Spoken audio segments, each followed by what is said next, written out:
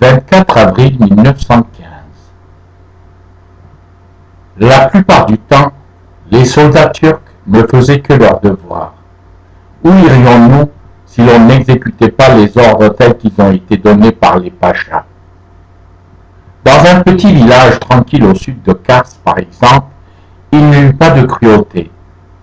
Tout a suivi son cours le plus normalement du monde.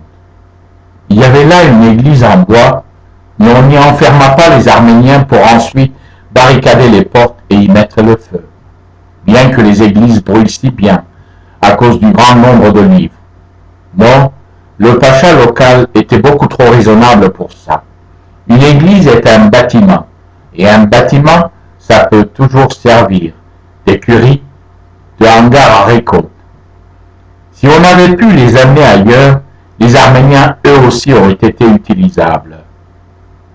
Les grands pachas payaient une certaine somme par tête, puis récupéraient leurs investissements sous forme de rançon versée par les ambassades occidentales. Mais le petit pacha du village n'avait pas de moyens de transport sous la main. Les soldats turcs n'étaient pas des gens cruels, mais ils avaient leurs ordres. Lorsque, le soir, ils s'asseyaient autour du feu, ils chantaient de superbes mélodies soufis avec les profondes tonalités des voix de basse, mais ils avaient des ordres. Lorsqu'ils buvaient du raki, ils devenaient sentimentaux et mélancoliques, leurs barbes s'humectaient de pleurs, mais ils avaient des ordres. L'air était tiède, et bien que 7 heures n'avaient été pas encore sonnées, on sentait déjà que la journée deviendrait chaude. Dans le marronnier au-dessus de leur tête s'éveillaient les oiseaux, et les pierres autour d'eux étaient des pierres tombales. Ils firent mettre en rang tous les habitants du village, les hommes, les femmes, les vieux, les jeunes, les enfants.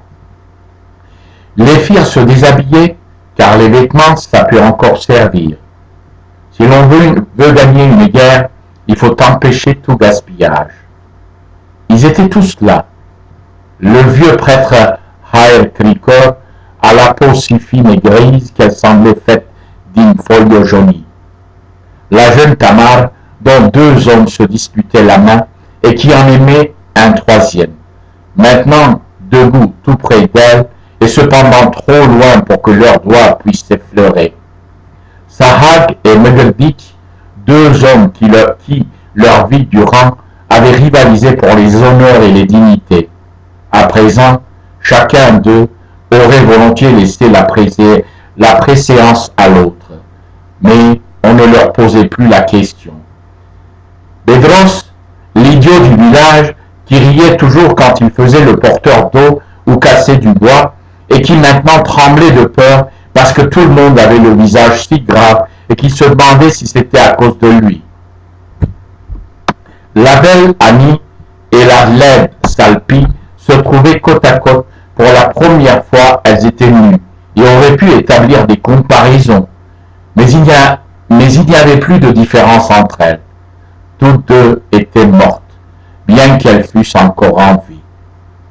Le gros Kevork se trouvait debout à côté du maigre Mesrov, le riche Dovtad du pauvre Sarkis, celui qui débordait de projets de celui qui n'avait plus d'espoir, et entre eux non plus il n'y avait plus de différence. Les Ottomans accomplirent leur travail comme on le leur avait prescrit, sans cruauté ni mauvaise volonté. Ils firent avancer une rangée, les sabres s'abattirent. La rangée suivante s'avança, puis celle d'après, une autre encore, encore et encore une autre. La dernière à périr fut la vieille Takouri, dont les 5 enfants étaient morts jeunes et qui, pour ce motif, était devenue sage-femme. Elle avait mis au monde un des habitants du village sur 2, et maintenant il lui fallut assister à leur élimination de ce monde. Les plus belles filles, les Ottomans ne les tuèrent pas. Ils les traînèrent dans la mosquée et les convertirent, les prirent pour femmes et les engrossèrent de leurs enfants. Tels furent les événements qui se déroulèrent à Kars au printemps de l'an 1915. Cela ne pourrait plus arriver aujourd'hui. Nous vivons au XXIe siècle. On n'emploie plus le sabre. Peut-être n'existons-nous encore, nous les Arméniens, que parce que nous avons autant d'ennemis. Ils veillent à ce que nous n'oublions pas qui nous sommes.